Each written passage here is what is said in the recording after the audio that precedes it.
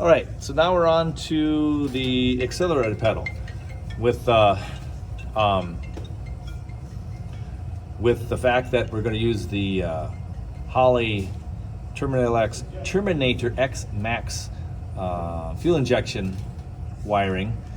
They suggest buying this pedal because it fits all the electric connectors. Apparently fit best on it. I'm trusting that it is. I don't know that for a fact yet. I haven't gotten my wiring harness for the LS engine yet, but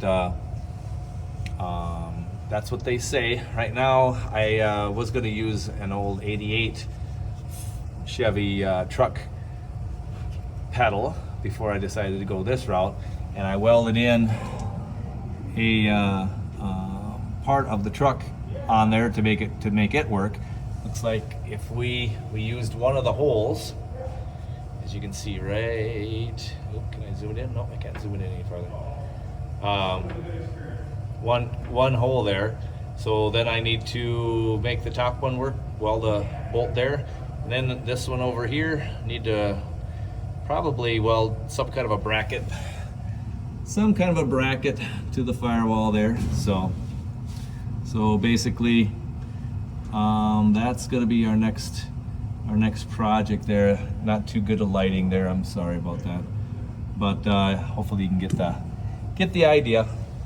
But anyway, we'll show you some progress on that later on.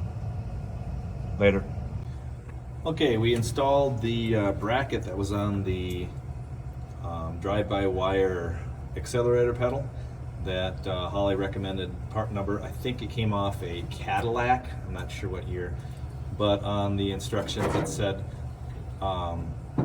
to purchase this. It's a GM product, so it's right out of GM. I bought this off eBay for about $100.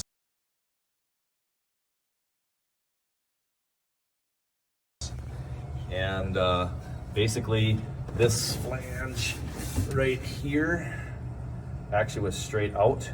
So with how our car happened to work, we just did a nice bend on it, tacked it to the firewall there. We went and see how that's not too good there. We went and tacked a nut to the wall there so we can tighten this up. Obviously we can't take this off because of my tack weld, but I can always cut that off if there is an issue. And this one bolts with the original 88 Chevy bolt that we used when we were gonna do just a standard 350 in here. But it's got a lot of washers on this side here. You can see that. I welded them together, so we got spacer there, and it should tighten up pretty good. And we'll put the accelerator pedal mechanism on there, and we'll show you the end result.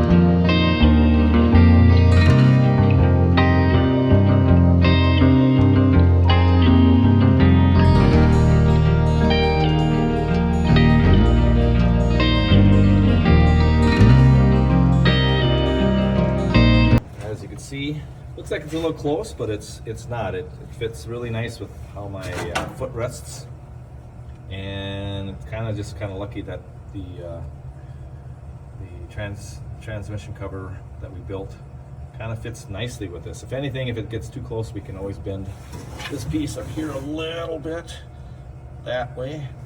But right now, it seems like it's going to be a nice fit for this.